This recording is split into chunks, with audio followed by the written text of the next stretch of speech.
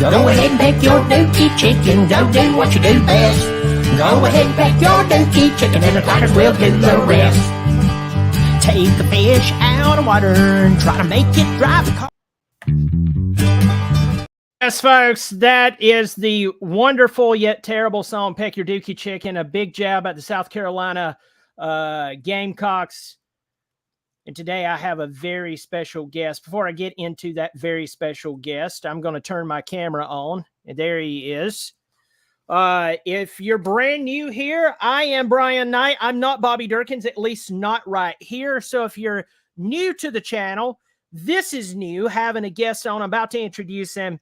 That's why his camera is already on, and I have not introduced him yet because I don't know what I'm doing. But talk Clemson football, college football. Hit the subscribe button. I know you hear all us YouTubers say that. Hit the subscribe button. It's cheap. It's free. Hit the thumbs up. Hit the thumbs down if you hate my guts. That would be good. So today, a good old Clemson Tiger like myself. I know it's hard to guess that I would pull for Clemson. I have a guest on with a team that we are going to meet in November the 4th. Now, the last time us Tigers went to South Bend, we not only got beat, we got our heads ripped off. And to talk about the Notre Dame Fighting Irish, to talk about that game and the game coming up, ladies and gentlemen, without further ado, always Irish. It's nice to be here. I like this summer environment. We got time to chill and kind of talk, and mixed fan bases here. It's nice to be here. It really is. John, I appreciate you hopping on. Everybody, I have the link below to find John's site. Listen, even if you're not a Notre Dame fan, go subscribe to him. Let me tell you why. He does great work. He does great work, and he does great work. So in the zest pool of college football reporting, you need good quality stuff. Go to Always Irish and check him out. John, we're just going to jump right in here, my friend. You had a 9-4 season. Yeah. You had a schizophrenic season. Oh yeah. I think you played Ohio State, some of the best that I've seen anybody play them. That was game one. You lose Tyler Buchner. You lose to Marshall, which is, after the dust settles, they were an okay team, but not a great team. What happened was Stanford. Yeah. Then Clemson comes to town. And we knew it was going to be tough, but we felt good. You beat the brakes off of us. You go on, you play pretty close with Southern Cal, considering they bought one of the best teams money can buy. Yeah. Then you go and you beat South Carolina. Thank you very much. That was a lot of fun to watch. You lose Tommy Rees in the offseason. You lose Tyler Buchner. Drew Pine goes to Arizona State. Yeah. Now you have Sam Hartman. Tell me where you're at as an Irish fan when you think about all of this. Like, what's the emotion like? How long are we going to record? 4 hours? How much time you got, buddy? Like, it's just been a lot. Now, here's what I always tell people. With Notre Dame, everything gets amplified. Any news story gets amplified, overdone, overblown. And I'm a part of the problem. I admit that openly, all right? But every little piece of information that goes on with Notre Dame's a big deal. So this all starts with the transition from the Kelly regime to the Freeman era, okay? And it was this flux, Freeman had the job a few weeks, and then they said, go coach in the Fiesta Bowl, try and piece it all together, all in that whirlwind month. You get through that. That was an ugly game, and then things settled down. And I think what Notre Dame fans had to realize is that roster had a lot of spots that needed a lot of work. A lot of people were open. Brian Kelly got the program to a certain level. With Freeman's new modern energy and vibe and the way he recruits more aggressively, we'll be able to just take it and ramp up from there. The reality is that roster needed a lot of work, and nobody knew that more than Brian Kelly on the way out. He knew some of those holes, some his fault, some staff, but bad development, bad recruiting, bad coaching, whatever. So we knew last year was going to be iffy and kind of like Marcus, get in there and go off field year one, do the best you could do, and we'll see where we're at. Even if Tyler Buchner was healthy last year, You didn't know what you were going to get. That's where Notre Dame was at. We were praying that guy stays healthy. And even if he did, you had no idea whether he was good or not. No experience, barely. Then he goes down against Marshall. Scrap the whole damn year at that point then, because then you're in. How in the hell do we just scrap together a win every week, no matter who it's against? Because that threw the whole plan off. You had a guy at the quarterback. It was in the Wizard of Oz chasing Dorothy, little guy. God bless his heart, but he didn't. He's God bless his heart, but that isn't meant to be Notre Dame's guy. And you're running around with the guy that can't throw it over the line all year. I feel bad for my guy Marcus deflecting the bullets and taking all the heat. It was rough. Okay, there was a lot to navigate and a lot of moving parts. The 4 losses hurt, man. Everybody could deal with the loss to USC as much as that hurts us as Notre Dame people. You could deal with in Marcus's first year with all those quarterback issues. A USC loss and an Ohio State loss. 10-2, the old vibe's different. There's no answer for Marshall and Stanford. Those were dead teams, should have been dead dog teams. They were both at home. How do you do that at home? We were 3-score favorites against both at home.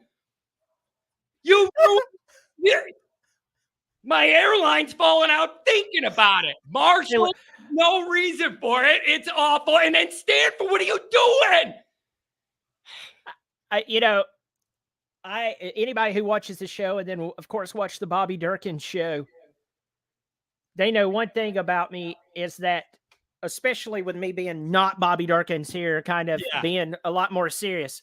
Yeah. I grew up right outside of Clemson, but I also liked Notre Dame. Now, Clemson's my team, but I like Notre Dame. Yes, they're shoved down everybody's throats. Yes, there's years they've been majorly overrated. Yes, I have no ties to the Catholic Church or Notre Dame or anything, and I like so. When Clemson plays Notre Dame, I don't know as much about Notre Dame as you do. Yeah. But I'm a fan. I'm sitting there going, how do you lose to Stanford? Yeah. How? Yep. How? Yeah. And you know what makes it worse? David Shaw was checked out. He knew he was done at Clemson. At Stanford. I could look at that guy and see that he was done.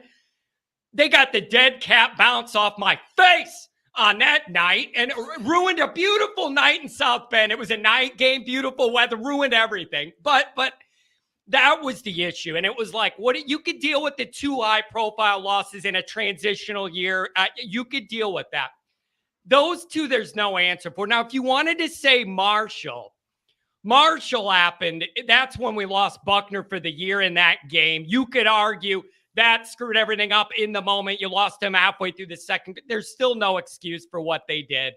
And then Stanford was just a sleepwalk, a total sleepwalk. Even during the day being there on the ground, it felt like there was just nothing going on. It's like, are we at Grandma's funeral football game? Wake up. Like, I'm serious. It was like, I'm like, what is going on here? The energy, there was nothing happening. And I'm going, this ain't a good sign. I've been to 70, 80, 90 Notre Dame home games. I know the vibe. I get off that toll road and I know right away what I'm getting. That vibe, it's almost never wrong. And it was no Bush push. We might be in this today vibe. I was like, something's wrong here. So total no-show. And what frustrated me is Marcus Freeman is the type of guy Notre Dame needs. A modern energy, an energized recruiting effort, a guy who could take some of the sleepy Notre Dame old school values and modernize them and be able to frame them to these recruits. Go to, the biggest job the Notre Dame coach has is, you go in there on a Saturday here and there. The biggest job they have is hitting all the alumni clubs and getting all that cash around the country. There's nobody better at it than Freeman, just because it's a modern, energetic vibe. Kelly was good at it too, but in a politician way, not in a genuine way. Kelly's an all-day politician is what he is. And my name's John Kennedy, so I know a thing or two about it, all right? So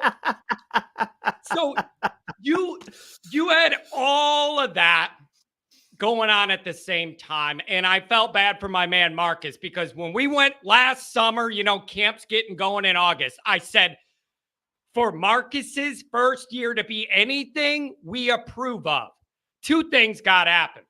Buchner's got to stay healthy all damn year, and he's got to be good all damn year. And we didn't get through a week and a half of that. Yeah. From then on, dude, it was every week scraping and clawing. Can we just do enough to not lose these dumb teams? Because it all got messed up. We had like one wide receiver that was ready to start the year last year. Bad recruiting, bad development. Guys were hurt. We literally had like almost no wide receiver depth. Like certain areas weren't recruited and developed. It was just kind of a cluster. All started by that quarterback injury. And now you're in a point where this is kind of the recalibration. Like, I think Notre Dame fans were pretty understanding. Marcus was dropped in a tough spot with a lot of moving parts. Let's get through year one. Now the real work gets going, because now Marcus has seen what he has. He knows where he wants to change things, coaching staff, recruiting, and some of these position groups.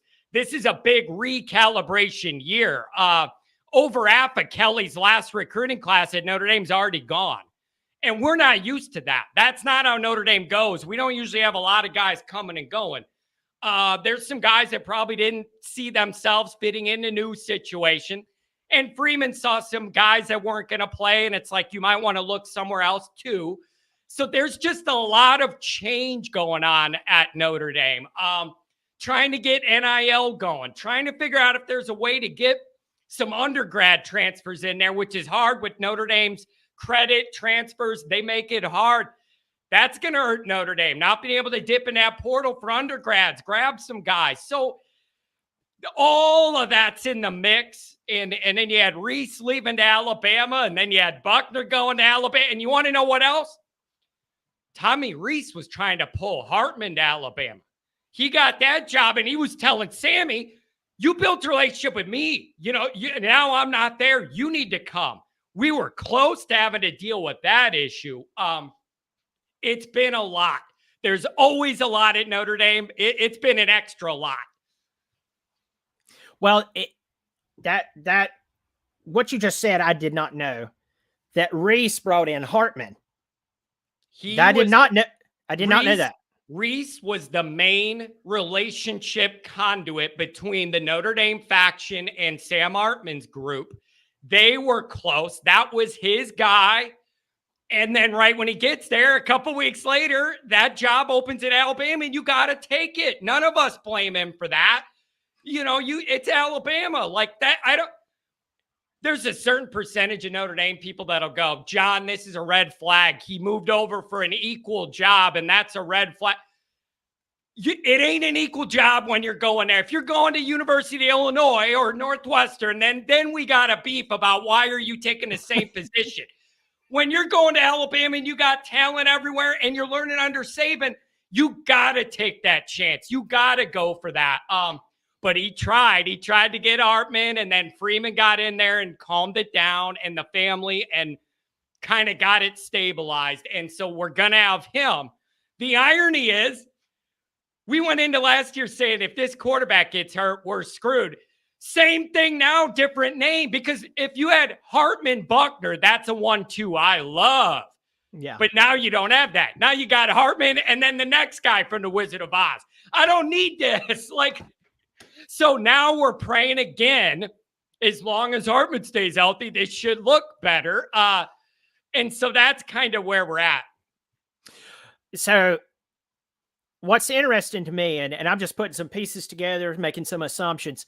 Now, if I'm Tyler Buchner, this is me, I would be pretty ticked off at Tommy Rees trying to get in another quarterback in front of me. Because for me, in my thought process, you have Drew Pine come in. The guy did the very best that he could. Yep. When you look at his results, yeah, he dropped the game to Stanford alone. Yeah. Definitely did that. But he did beat Clemson. He was very competitive against a Southern Cal team That final there was 38-27 with all the emotions that are going on. But we tell Pine, thanks, but no thanks. He says, I'm gone. Buchner, we're glad to have you back. You can move. You're the man. What if had you not got hurt? Yeah. And then you bring in Sam Hartman. But what doesn't make sense to me is that where you're going is that Buchner would go follow the guy that replaced him. Yes. I don't get it either. I had that epiphany one day. I'm going, wait a second. Let me figure this roadmap out here. And I said, that's the guy that tried to replace you. And then you want to follow him somewhere else after he got the guy to Notre Dame that replaced you as the starter. Now, but what that tells me is, I don't know how much you understand about Buchner's past. That poor guy is about 4 to 5 years behind in his natural football development. He had an ACL year at the end of high school, a COVID year, a redshirt year, a transfer taken in front of him that got the start. Then he was hurt, and then Sam Hartman taking his job. He has had bad timing, bad luck, bad injury for literally 4 or 5 years. And you know what I tell people on my show? We're so Notre Dame-y, and it's the Notre Dame family, and it's all tight-knit. Listen, not everybody's Notre Dame story ends like Rudy. Everybody doesn't stay there and ride off and we're raising them on the shoulder. It doesn't happen for everybody. There's something to be said for him and Rees expanding their horizons outside the shadow of that dome and all the unique pressure when you're a Notre Dame guy. Rees was that way too. We've known him since he was a 17-year-old recruit and then as a player and then comes back to coach under Kelly. We know these guys. We've been with them years. There's something to be said for them maybe expanding their horizons, especially Buchner. I just think he's so frustrated. It's time for a change of scenery. But my question is, what happens if he goes to Bama and doesn't start? Are you that ahead you were at Notre Dame? If you go there and you don't play, then what are you doing? And if you do play, I'm worried he might expire out there. I don't know. I just don't know where that's at. I don't know where that's at, man. I want him to do well, but I'm scared. The interesting part for me with Alabama is seeing Rees go there was a big deal to me. Now, once again, I like Notre Dame. I'm not the expert that you are on Notre Dame. Oh, these offenses have been a yawn fest my whole damn life, dude. I kept hearing Rees was a genius and he has all this magic and all the NFL wants. He's this brain, but at Notre Dame, we couldn't crack like the top 40 in offense. And we never had a quarterback that could get the ball around or the proper guys to get it to. It always seemed like something was missing. You're not going to win playoff games with a good run game and then throw into your tight end and that's it. And that was all we were able to do the whole year was that. That's too easy to scheme up against if you got guys that could do it. And that's not the real world. And we're open with Hartman. We can at least get a passing game. The receivers are going to be better. But Rees was this genius. We never saw it at Notre Dame. And then you didn't know who to blame. Are we going to blame Kelly or who was recruiting and developing those quarterbacks? Nobody knew who to blame. Kelly did a lot of good things, and I don't like him for a lot of things. He did a lot of both at Notre Dame. And so that has left people going, we don't even know if Rees is any good at this or not. We're going to find out when he's down there around talent on talent on talent. I want to see it. Well, the thing with Alabama and teams like Alabama, it's kind of like we ran into at Clemson. Clemson is now at a very unfamiliar place in the last 12 years. And I say 12 years, it's more like 9 years. The 6 consecutive playoff appearances, the 2 national championships, the almost national championship that happened for us in Deshaun Watson's first year in the championship game. You can have a lot of talented players and call okay plays, and you look like God. And what happened to Clemson was they had a world-class quarterback, like once-in-a-lifetime quarterback, come straight in. He battled someone who was there before him, who was a really good athlete who should have just changed positions in Kelly Bryant. Trevor Lawrence did what he did, we all remember the 28-point win against Alabama. This is not a 65-7 win against a TCU team who is like, how did they get here? This was Alabama, one of the best teams. But what we saw is a lack of player development. We saw a lack of intensity and challenging of the players. And then we started to see teams with a lot of talent, with a really good brain behind the headset going, I can out-scheme this guy. And that's what happened. And that's how we got to where we're at. Then, of course, recruiting a quarterback, I take up for DJ. Now, I went after him, but I take up for him now. He was not a Clemson player. That was a bad recruit. I don't care how rated he was. I think it was the COVID year. You guys came to Notre Dame, no fans there, and DJU because Lawrence was hurt. And he threw for like 6 touchdowns and 500 yards. We ended up winning, but it was like he threw for $1 million everything. What happened? What happened? Did he regress, or did the talent all regress, or did he do like the Notre Dame quarterbacks under Kelly, where the longer you're with them, the worse the numbers get? Well, I tell you what happened. Single one that Kelly had, the longer he's there, the numbers went down, never up. You want a red flag? Every quarterback, the longer they're with you, the numbers get worse, not better, bro. What the hell happened? The guy was lighting us up. And then we play him last year, and it was like, what's going on here? But where was it him? Was it the staff? What happened with that?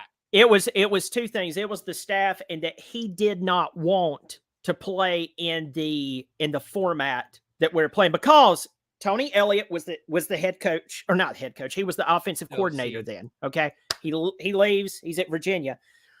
So they bring in Brandon Streeter. He was a quarterback at Clemson in the late 90s. He had did some coaching with Dabo while Dabo was still like a positions coach. Then he came back a little later on as the first quarterback coach. He worked with Watson. I wouldn't even say he might even worked late with Boyd, and obviously Trevor Lawrence. And then they made him the offensive coordinator. So between running the style of offense they were running and DJ not liking it, which between you and I, let's pause right there and say this. I don't know what DJ thought he was getting into, because it was very clear what we were going to do. And then on our part, what were we doing recruiting a guy who didn't fit our model? That doesn't make sense. That's not fair to him. That's what happened. But did he know what he was getting into, though? Why would he want to jump into that? You know what I'm saying? Like, What did they change it on him, or did he go in and just think it'll all work out and it didn't work out? Like, I think it was a little bit of both. I think it was a little bit of both, which now twists us back to Notre Dame. Sam Hartman threw for almost 13,000 yards in his long career at Notre Dame, or not Notre Dame, but Wake Forest. Wake Forest and Notre Dame, when it comes to academics, they're like non-Ivy League schools. They're very tough to get into. Not just any person's going to get into Notre Dame, or not anybody's just going to get into Wake Forest. This guy has a storied career, long career. He's battled injuries. He's now up there with you guys. And I'm looking over some of my notes here. You're returning 15 players, 7 on offense, 8 on defense.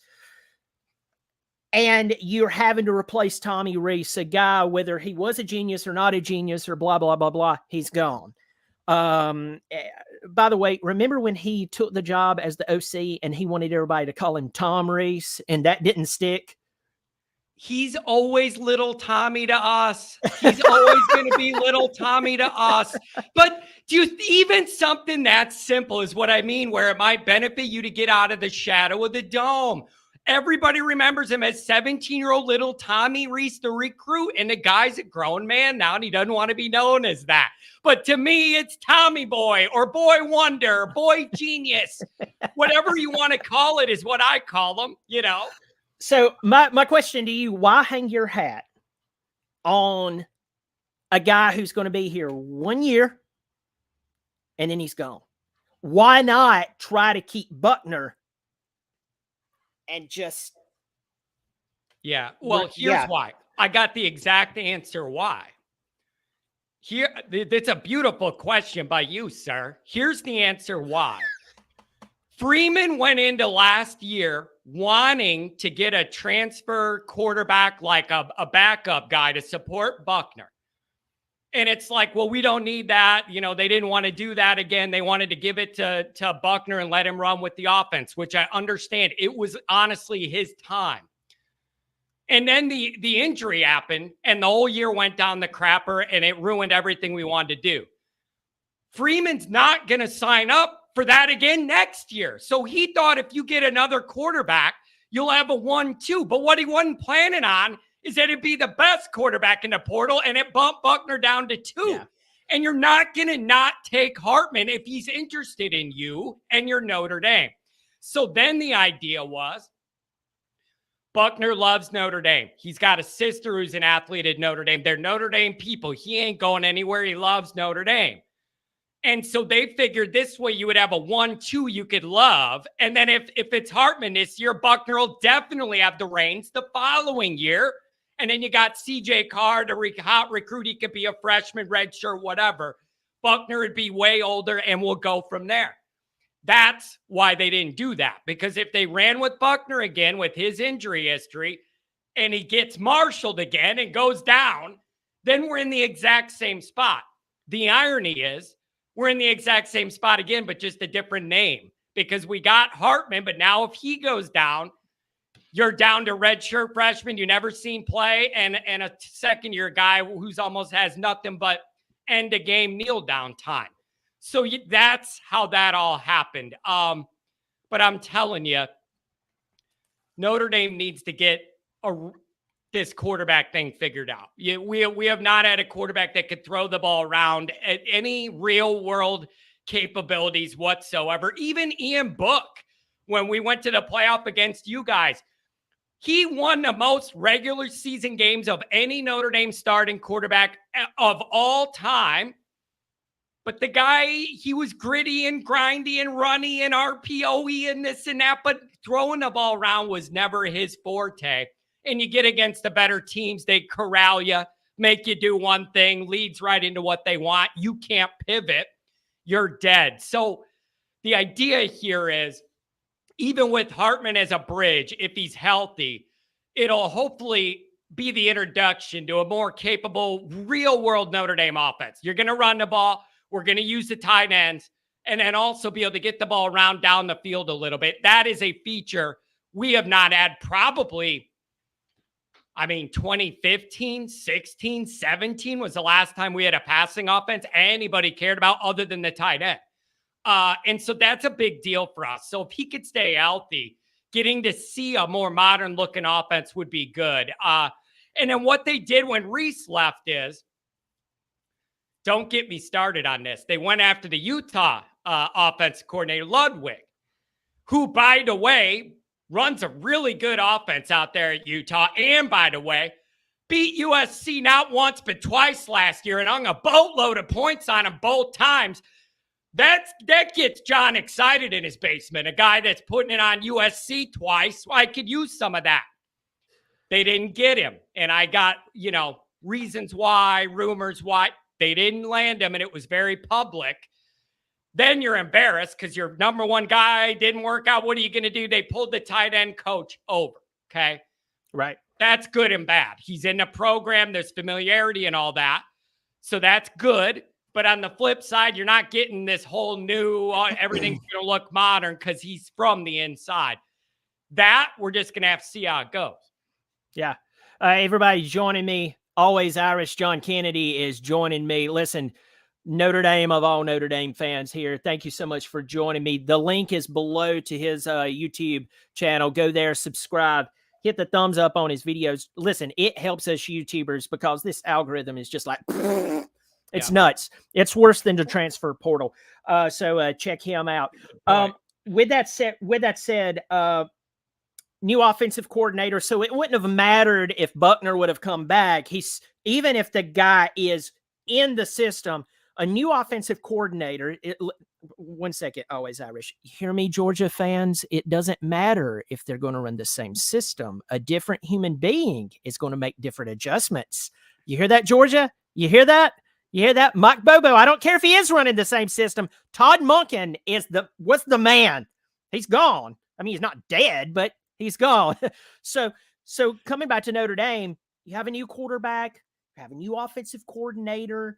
Oddly enough, you return, if my notes are correct, 3 out of your 5 offensive linemen. Notre Dame is offensive line. You're fantastic. Yeah. You lose Michael Mayer, the world-class tight end. I'm more worried about the defense that's been carrying the team the last decade. I'm more worried about the defense in the offense. You can have tackles. That Joe Alt, he's going to be the number 1 tackle off the board right away. 3 years, and he is a absolute monster. The tackles are going to be good.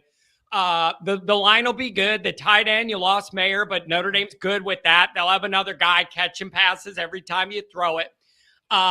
Wide receiver's the big one, man. We were at an empty, we had nothing going on the last 2 years.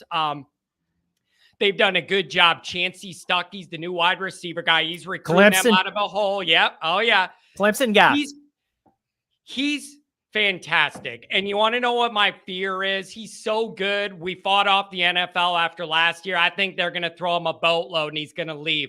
He has rebuilt that room in 2 recruiting cycles from, I'm talking dire straits in numbers and talent. I mean, bodies. We've had recent classes where we signed 1 wide receiver, man. It's been that bad. So he's flipped that in 2 years. It's gone from a major weakness, one of the biggest on the team, to becoming a strength pretty quickly in the next year or 2. Keeping him around is going to be very hard. He has done an amazing job. Messaging, relationship building, recruiting. He took on a tough task because that group was in the garbage. And then they had nobody to get him the ball last year anyways. He had a tough job. He's doing great. I'm just terrified we're going to lose him. Well, Clemson fans would love to get their hands on Chancey Stuckey, former Clemson wide receiver.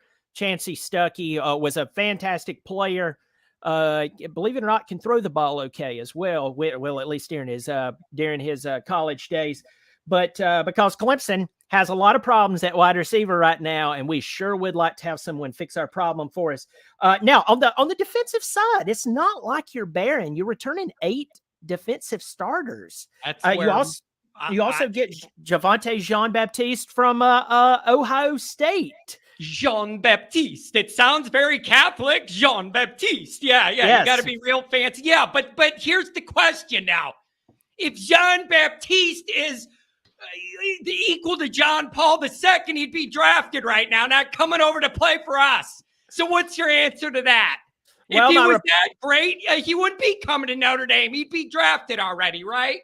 Well, that Ohio State, and it pains me. Somewhere Mark Rogers is twitching as I say this, but Ohio State has some talent on the defense. Does Mark Rogers ever twitch? I want to get Mark more worked up. He stays so calm, it causes me more anxiety. The only time I have got him like frazzled is when I went on his show as Bobby Durkins. When I went on as Bobby, I was not Brian, I got him. I got him. I could see that. He'd be like, I didn't sign up for this. Get this hill jack off my airways. Yeah, I get it. Go, make him go away. Y'all did convert Chris Tyree, the running back, to a slot receiver. Of course, I see them running a sweep to him. I see them still, if they need to, throwing him in the backfield if they need. You have a Steamy. You have now Diggs transferred to LSU. He went to go follow his buddy. The Tyree move came when Diggs was still in the fold, and Notre Dame feels really, really good then. Estime's the second coming of Jerome Bettis physically, running people over, initiating the hit. We love him. And then you got some younger guys that we really liked, but with Diggs, that was a very deep group. So they felt like they could afford then to move Tyree out there and get him the ball in space more. He's not a straight line runner. That's not his strength. It's getting the ball in space and letting him jitterbug all over and make a move. And that helps give an older, some older experience to what's going to be a younger receiving core. And I like having a guy with some experience out there. But back to the defense, man. 4 out of the 6 top tacklers in the defensive front are now either in the league or graduated. Over half of the sack production went with them. That's where I have my anxiety. And it ain't going to show up in Dublin against Navy or Tennessee State at home or Central Michigan at home. Are you going to get ran on against Ohio State? That's the first big test. I want to see if that defensive front seven can hold up and not get pushed around. If they hold up, then they should be pretty good. But when you're losing that much out of the front, I have anxiety. And I'm not the type of fan that goes, I'm just going to bank it as all good and hope it's all good. No, if you're an unknown, that's a negative, not a neutral.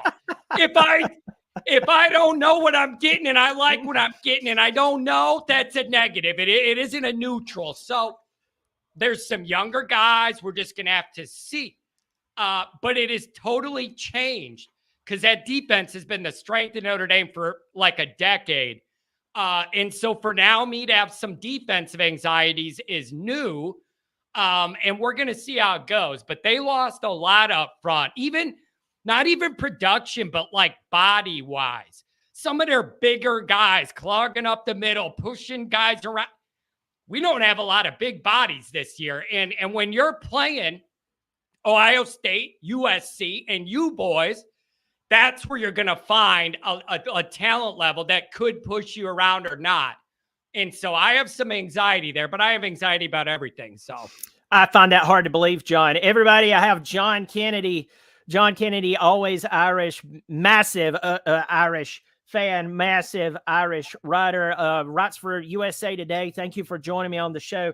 Diving into also talking about what you were talking about just a second ago. You lost Notre Dame's all-time leading sack leader, Isaiah Foskey, is out the door. So trust me, Clemson just lost Brian Bresee, Miles Murphy, KJ Henry, and Trenton Simpson. We feel you. We feel good about who we have returning, but when you lose that powerfulness and that crazy athlete with the brain, it sets you back. So and you know what else it is? It's a comfort blanket when, like, you know that there's a baseline of production you're going to get. Like, that there's comfort there. And entering this year, we just don't have it. Some guys could step up and they have the potential, but until I see you do it, you're not doing it. And so it's just, there's a little concern there.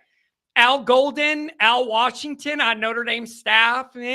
People are a little, Al Golden, maybe you should stay in the NFL. Maybe you're too far removed from the college game. Or Al Washington, not the most aggressive recruiter in it all the time. Like, it's a big year for the two Als. I always say on my show, it's time for the two Als to deliver, or Al be having a stroke every week. I don't have the patience for it.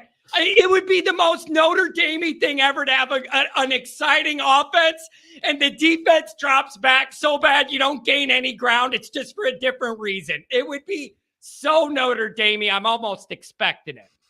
For Clemson fans, we have to go back no farther than the Deshaun Watson days when Kelly Bryant was just a freshman. We played against Al Golden. He was the head coach at Miami, and we beat them 59-0. Yeah. After that game, white shirt with the tie. We did start shirt.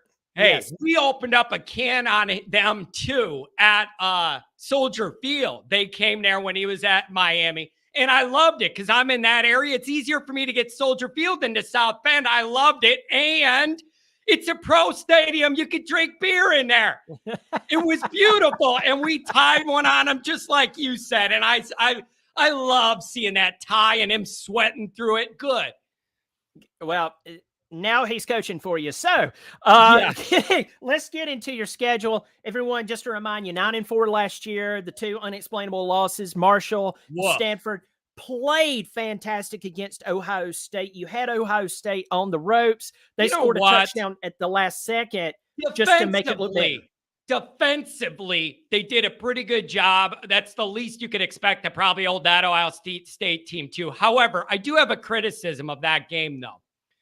Because of the environment it was, and it was week one at their place, the whole shebang, it was Buchner's first real go-around, and especially at something at that level.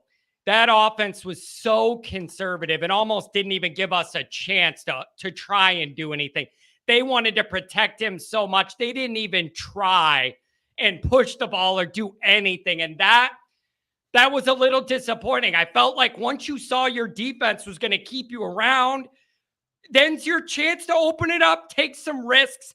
They were so conservative. It almost didn't even give us a chance. I mean, I can't call it a good game when you score 10 freaking points. That ain't a good game. It's barely a good quarter. With that said, you still handled them better than the Georgia Bulldogs did in the playoffs, which says a lot. Yes, you've got a season under you, but anytime I can jab the Dogs, hey, they have 2 championships to curdle their little head. And a lot of talent. Just so much talent down there. My word. So I know that we're starting to get in about the 40-minute mark. So I don't know how much time you have left, but I won't take up too much time. Again, everybody, John is my very first guest on the Not Bobby Durkin show. So thank you, John, for coming on. Everybody, no problem. If this one bombs, I might be your first and last. So we'll see how it goes, buddy.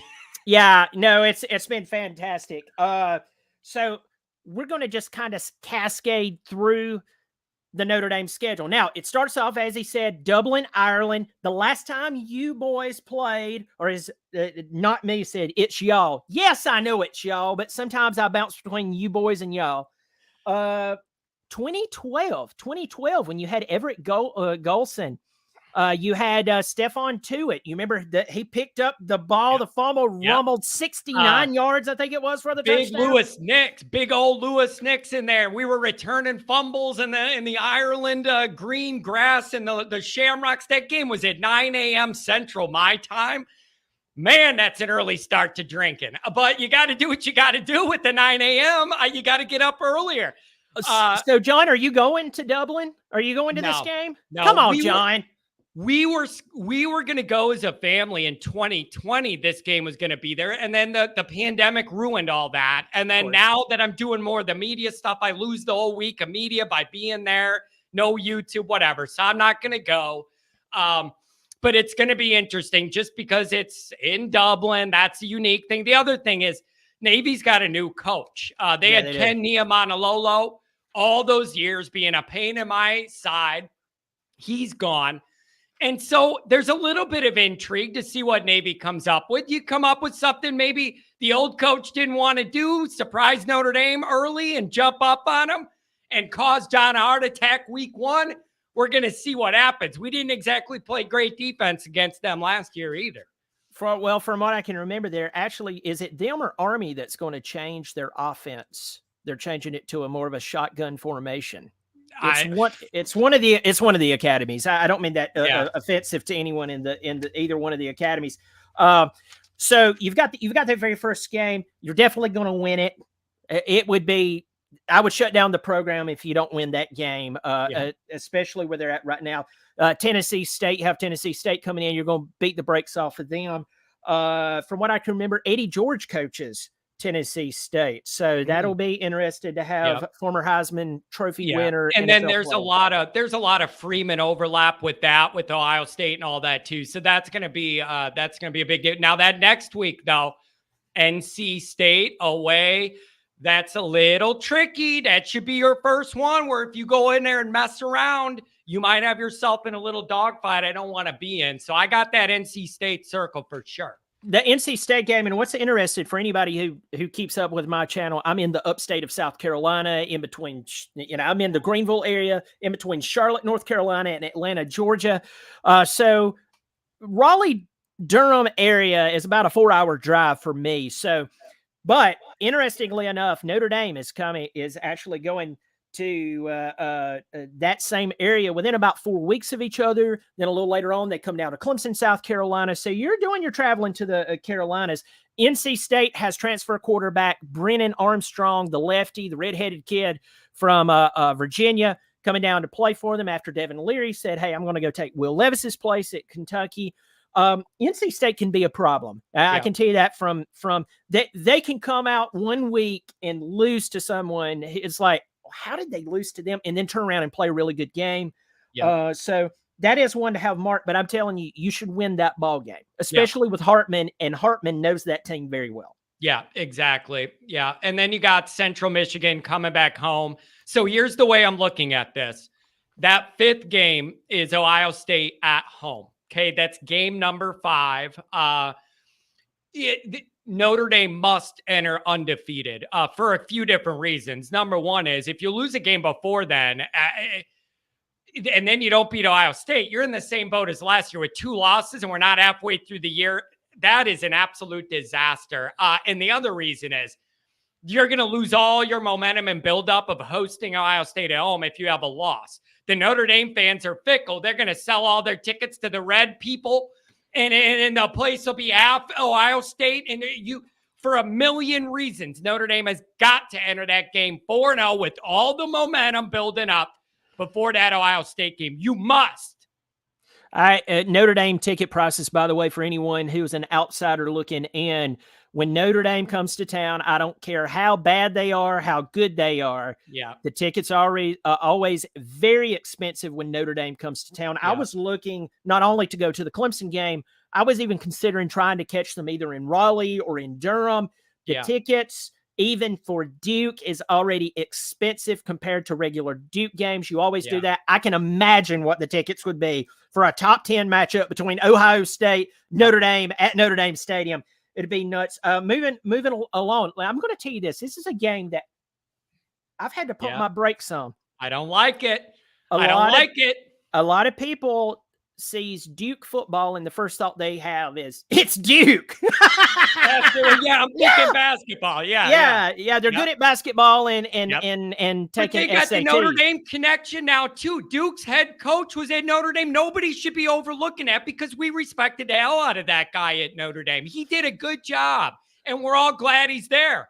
But the reason that game's a trap is, one, because of what you said. You see Duke and already nobody takes them as serious as they should. But the other problem is we're all in the team. You're either going to be real high or real low after Ohio State. And that's dangerous either way. Whether you're flying high or you're all depressed, that is dangerous. Folks, just to let you know that the Duke Blue Devils went 9-4 last year. It was a really, really good year. Yeah. First year for Mike Elko. Yeah, they that's returned a sneaky 9-4. I like that. They returned 17 starters, 8 on the offense, 7 on the defense, including Riley Leonard, their quarterback, who absolutely balled last year. The guy can throw the football.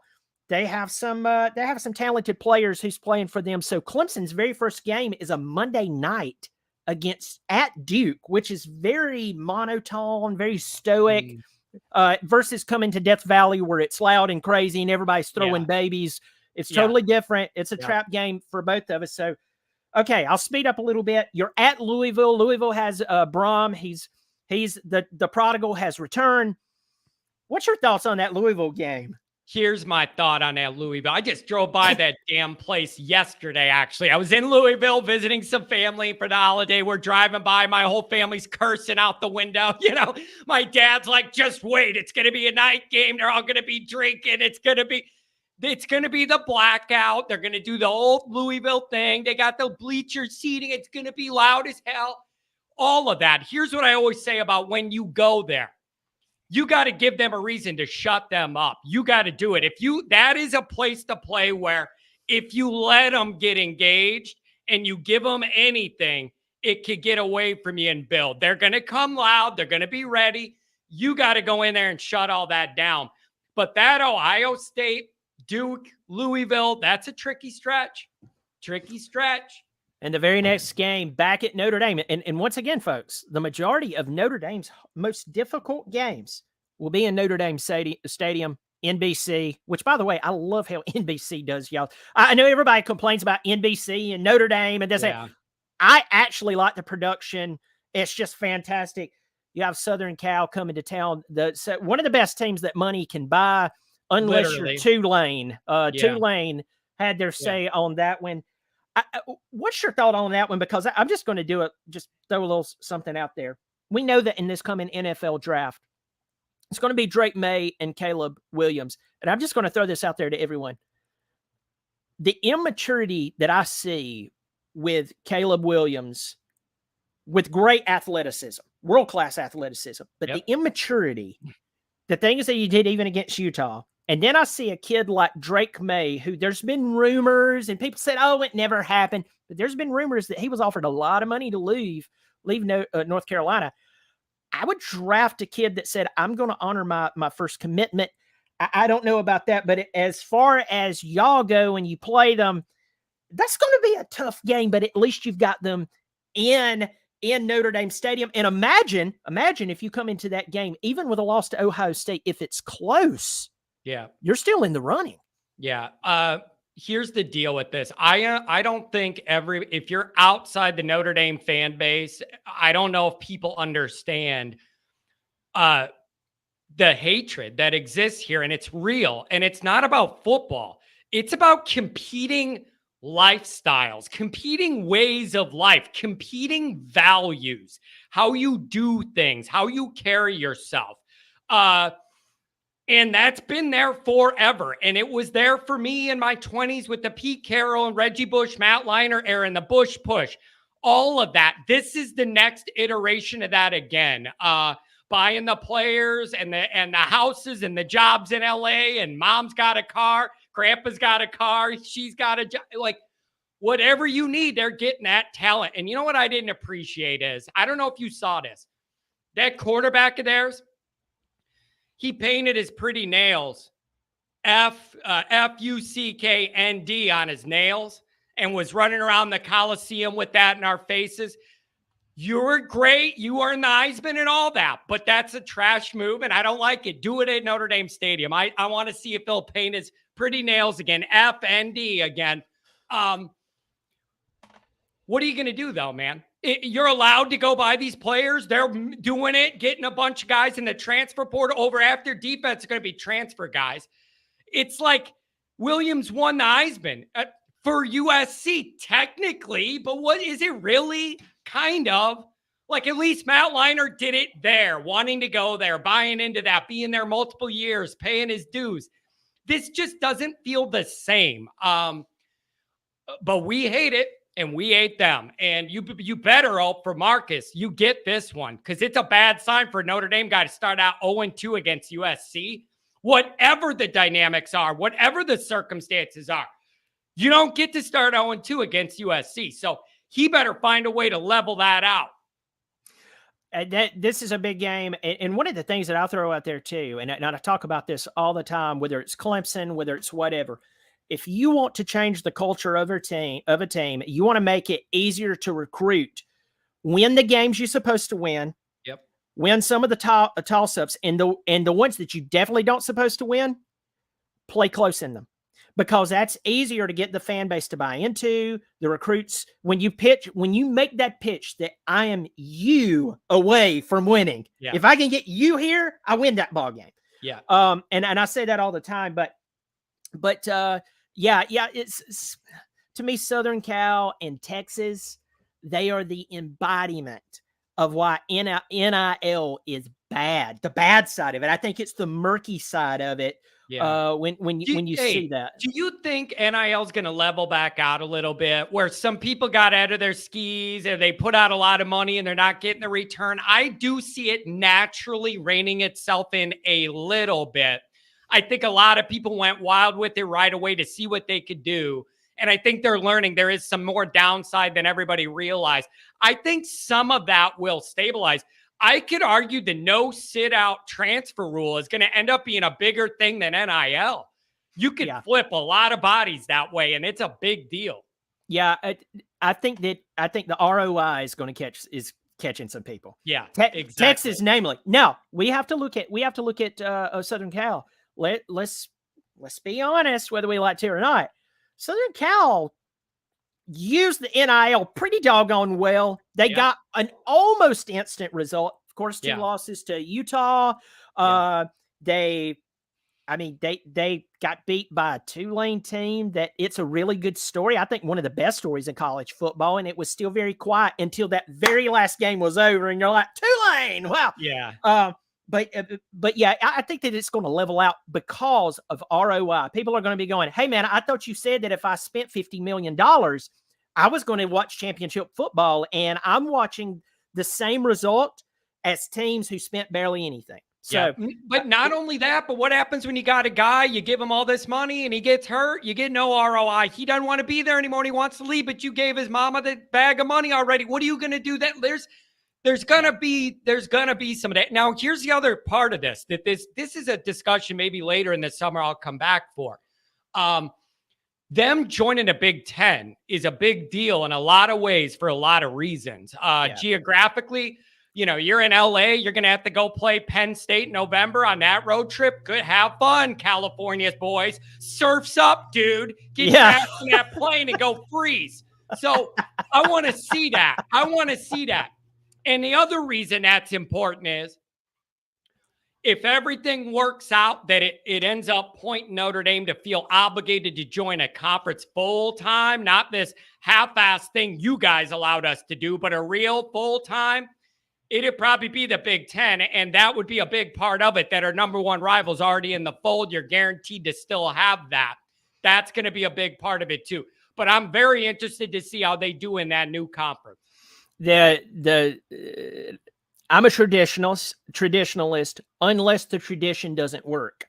But to me, Notre Dame, way to put it, unless it doesn't work, and Notre Dame and the Big Ten makes so much sense to everybody. When they said, "Oh, we're going to be doing this ACC thing," I'll never forget going, "What? Yeah, why?" But anyway, we'll go ahead and speed through this. You have Pittsburgh. Pittsburgh is, you never know with them. Then you come to Clemson. Yeah. Clemson wants revenge. Clemson fans are sitting here.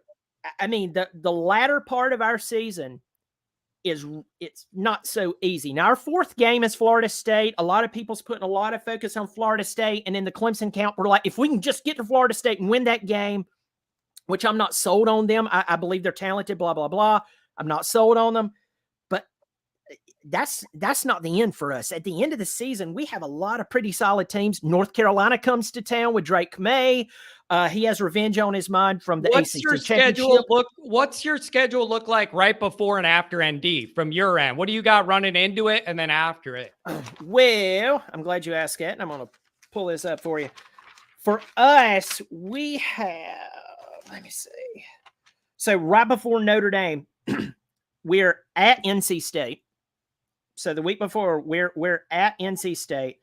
The following week, we play Georgia Tech, which is the week after that, we have North Carolina. Then we're at South Carolina, and we're trying to get our revenge after our coaching cost us that ball game. I mean, they won. South Carolina won. Congratulations, you did it. But if you had to play against competent coaching, you would have lost that ball game because we're up 14-0. But no, let me ask you this though. The only reason, like when we talk about all this, it's Ohio State, USC primarily are the two that come up. One is because of the USC hatred, and the other is because Ohio State it's the first of that big three on our schedule. What I've been saying is that Clemson game for you and us, it may mean the world, or it may mean which crappy bowl or one or both of us going to. That's the problem looking at a game that far down. The dynamic could be massive, or it could be not that important for one or both of us. It's all going to depend on where we're both at. If we're each sitting there with one loss or no losses, then that's going to be beautiful. And I got news for you. I got a lead on something. I might end up getting down there. People have told me I got to go. I might end up going down for this one.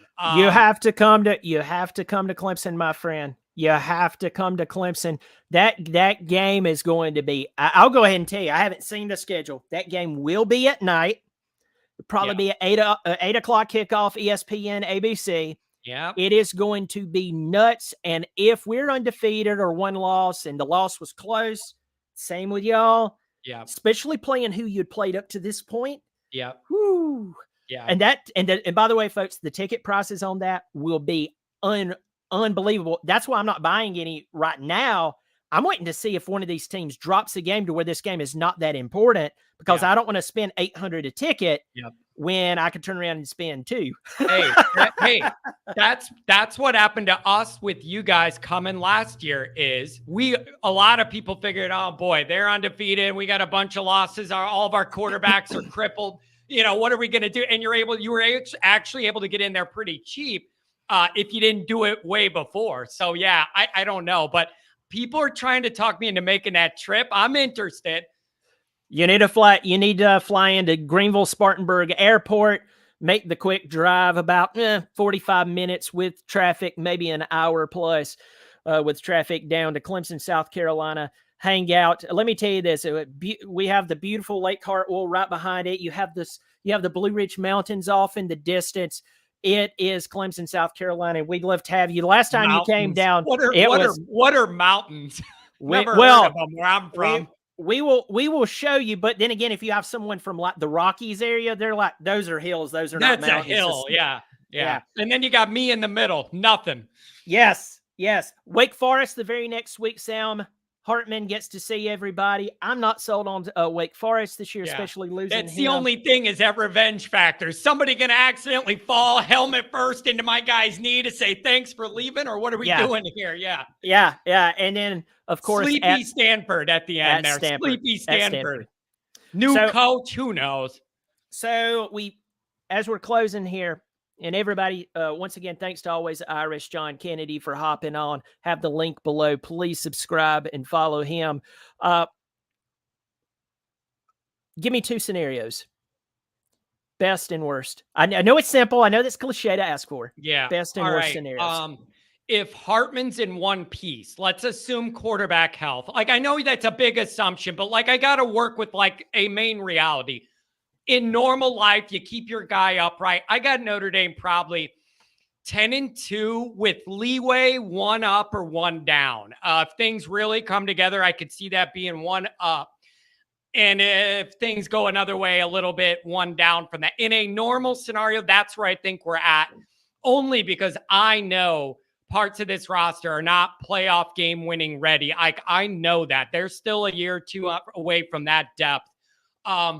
On the low end, I mean, if they're anywhere like 8-4 again, that's not people, no matter what happens, people aren't down for that again, because that means you're going to lose to people you shouldn't lose to again. And so that's where I see it. But it's a tough schedule. I know I hear all the time, Notre Dame don't play nobody.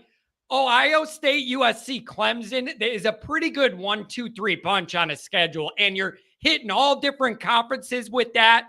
That's about as well-rounded as it gets on the high end. Sure. And I tell you this, Clemson hears that all the time. You play no one. That's why you're so well rested. The year that Deshaun Watson took over as the full-time starter, got us to the national championship against Alabama, lost by 5 points to a star-studded football team. They couldn't believe that we even played with them. We had the toughest schedule in the country, but people forgets that. For your team, they're definitely have a tough road ahead. For me, as an outsider looking in, someone who admires the team from afar, as long as he does not get blown out in any games, and it kind of goes along that model I talked about earlier, win the games you should. On the toss-ups, you win the majority of those. And the games that everybody says, hey, man, they're just going to lose this, you play really close, he's totally fine. The problem is if Marcus Freeman comes in and he blows some games like last year that you're sitting there going, how did Stanford happen? But you get blown out by Southern Cal. You come to Clemson. Clemson rips your head off. You might be looking for a new coach very fast. I don't see how that happens with a quarterback in one piece. And I just don't. The roster's not barren in talent. It's just not playoff game winning, in my opinion. There's a big gulf there, to where you fall. I just... the other scenario that Notre Dame fans are worried about, you brought up that one. If he loses 4 again, no matter what circumstance, people are going to get real nervous. I don't think the administration flinches because they care more about academics than football at this point, which I hold against them for not wanting to hold up what made the university what it is. Why anybody gives a crap about that degree at all is football. And now they moved on. And it's all about getting another academic grant. However, the other scenario is, what if Notre Dame beats Ohio State and then we're all feeling great, and then Ohio State gets their heads cracked in by Michigan again for 3 years in a row, and then maybe Ryan Day says, the hell, I don't need this. I'm going to go to the NFL or go do something else. Ohio State's going to call their old player Marcus Freeman and go, why don't you just hop on that toll road and come over here and we won't hold you back. No academics, NIL, you do whatever you want without any governors on you. They got on you over there. That's the scenario Notre Dame people are thinking about. You lose even if you win at Notre Dame. You beat Ohio State, and then they might want your guy. I don't know. He's got a 6-year deal, though, man. It's going to take a few more years of rough before the administration looks at that. Notre Dame football, one of the most storied all time, one of the most either lovable or hateable teams, depending on which side of the team that you're pulling for. Everybody, thank you so much for joining me and Always Irish on the very first. He's the very first guest, folks. Hey, I feel pretty special that I got I didn't know this was the debut of your new interview thing. I feel kind of honored now on the back end of this. I know I was number one. I appreciate that. Appreciate that. Yes. And to have John come on, let me tell you this, folks. Anybody can create a YouTube channel. Not anybody can run it well, and he's one of the best at it. So, John, thank you for hopping on here, talking Notre Dame football with me. As I've said for like 15 times, here goes 16. Go to his channel, subscribe, check him out. Hey, heckle him. Who cares? He can handle it. I can promise you that. Yeah. Notre Dame comes to Clemson November the 4th. It's going to be a great game either way, John. I hope you make it down. Folks, hit the subscribe button and check out the Not Bobby Durkins channel. And of course, my redneck alter ego, Bobby Durkins, he is he's still at play. This past video that he did was Women Will Kill You and How to Bleach Your Underwear. So go check that one out. And also tonight at 7 o'clock, I have another fine person from the world of sports, Sports Talk Jay, a very fantastic volunteer commentator. He's going to be on the show. John, thank you so much. And you always have a seat here at the Clemson table. Thank you very much. Thanks for having me, man. An honor to be on your first show. Thanks. Hey, you got it. I'll hit you back. Come on mine one of these nights. We'll do later in the summer some. We'll balance it out. We'll work this. All right, folks, you heard it. I just got an invitation to the big show. So everybody, thank you so much for joining us. I'll catch you tonight at 7. Go check out Always Irish. Y'all be good. Take care.